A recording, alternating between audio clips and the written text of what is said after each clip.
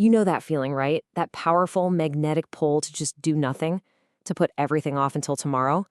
Well, what if the secret to finally beating procrastination wasn't some complicated productivity hack, but actually a really simple shift in your mindset? Today, we're diving into the key ideas from The Art of Laziness to help you take back control. Okay, so before we jump into any tips or tricks, we have to get real about what's at stake here. See, procrastination is so much more than a messy room or a deadline you missed. It's about the person you are actively choosing to become every single day. So let's talk about the true cost of doing nothing. The book kicks things off with this incredibly direct question, and I want you to really take a second and think about it. Picture yourself 80 years old, looking back on your life. What things would you regret doing, or more importantly, not doing? Now look, this isn't about being morbid. It's about getting crystal clear right now on what actually matters to you. And what's really striking is how similar these regrets are for so many people. Over and over again, this is what folks wish they had done differently. And you see the common thread, right? Every single one of them comes from inaction, from being lazy, from wasting time, from not just grabbing the moment. That right there, that's the real cost of procrastination. This quote just absolutely nails the core trap we've all fallen into. We wait for the perfect moment, the perfect feeling, the perfect plan to fall out of the sky. But the book makes it so clear. Perfect is just a fancy excuse, and it's an excuse our future selves are going to hate us for. The only time we have any real power to do anything is right now. All right, so how do we actually break this cycle? It all starts with one huge, foundational shift in how you think. If you want to escape that loop of regret, you have to embrace one powerful and sometimes really difficult idea, taking 100% responsibility for your own life. You know, it's so easy to blame our job, our boss, our family, our circumstances, and yeah, blaming someone else feels good for a second, doesn't it? It kind of lets you off the hook.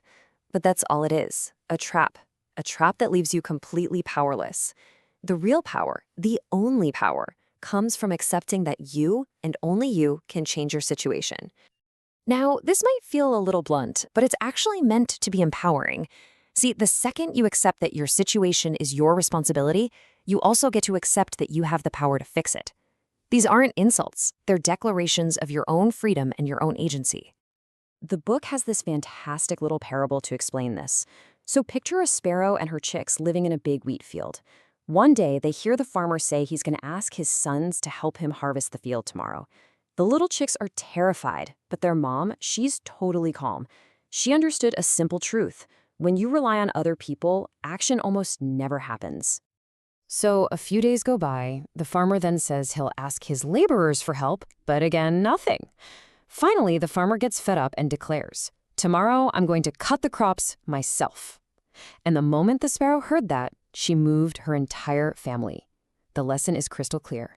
Action is only guaranteed when you stop waiting for someone else and decide to rely on yourself. So we've figured out the why. Take responsibility. Now let's get to the how. How do we actually start moving? Well, the key is to completely abandon this paralyzing need for everything to be perfect and just begin. I mean, this is really why we procrastinate, isn't it? The things that actually lead to growth, like starting a business or going to the gym or learning a new skill, they're all outside our comfort zone. They're hard. You know what's easy? Scrolling on social media. But as this quote reminds us, if you stay where it's easy, you stay stagnant. Real growth demands a little bit of discomfort. This comparison just lays it out so perfectly. The perfectionist mindset is basically just a long list of excuses. There's always a reason why now isn't the right time. But the person with the action mindset, they're focused on finding any reason why it is the right time. They start with what they have, they see mistakes as learning opportunities, and they just keep moving.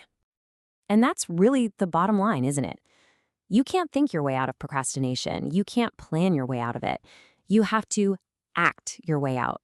Seriously, the smallest, most imperfect step forward is infinitely more powerful than the most brilliant, detailed plan that just sits in a notebook. So the book breaks people down into this simple but really powerful framework. You've got the vast majority who just wait. They wait for life to happen to them. Then you have the quitters. They start, but the second things get difficult, they're out. But that 1%, they get it. They understand that hardship is just part of the process. They embrace it, and they keep going. The question is, which group do you want to be in? Okay, but taking action is only half the battle. To actually sustain it, to keep going when things get tough, you need mental resilience. You have to master your inner world because trust me, life will always throw challenges your way. Your perspective, that's your real power. The book uses another great little story to illustrate this point. There's a farmer whose only horse runs away. All his neighbors come over to console him, saying, "Oh, what terrible luck." The farmer just replies, "Maybe." He doesn't judge it because he knows he can't see the whole picture yet. A few days later, the horse comes back, and it brings a whole herd of wild horses with it. The neighbors are ecstatic. "What incredible luck," they all exclaim. The farmer's response? Maybe. Then his son breaks his leg while trying to tame one of the horses. "A curse," they cry. Maybe. Soon after, the army comes to town and draft every able-bodied young man for a war, but the son, with his broken leg, is spared. The point is, we are so quick to label things good or bad, but we rarely ever see the whole story. Perspective is everything. And here's one final, powerful story about perspective. A king is on the run, his army is defeated, and he's facing certain death. In this moment of absolute despair, he remembers a ring his wise advisor gave him. It had a secret message inside for just such a crisis. He opens it, and the message reads, "This too shall pass." That simple message gives him the strength to rally his forces and somehow win the battle. Later, back in his kingdom, in the middle of a huge celebration, he looks at the ring again. This too shall pass. It's a reminder that both the bad times and the good times are temporary. It gives you comfort when things are tough, and it gives you humility when things are great.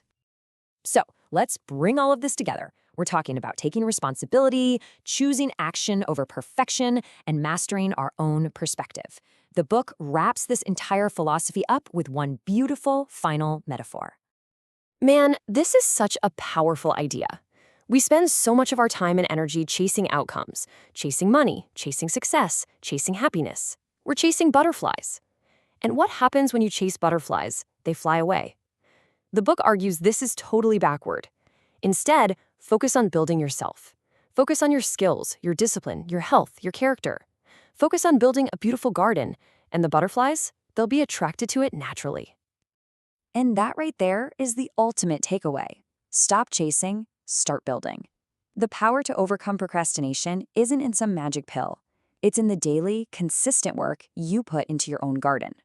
So the final question isn't if you'll start, but what you will choose to build in your garden starting today.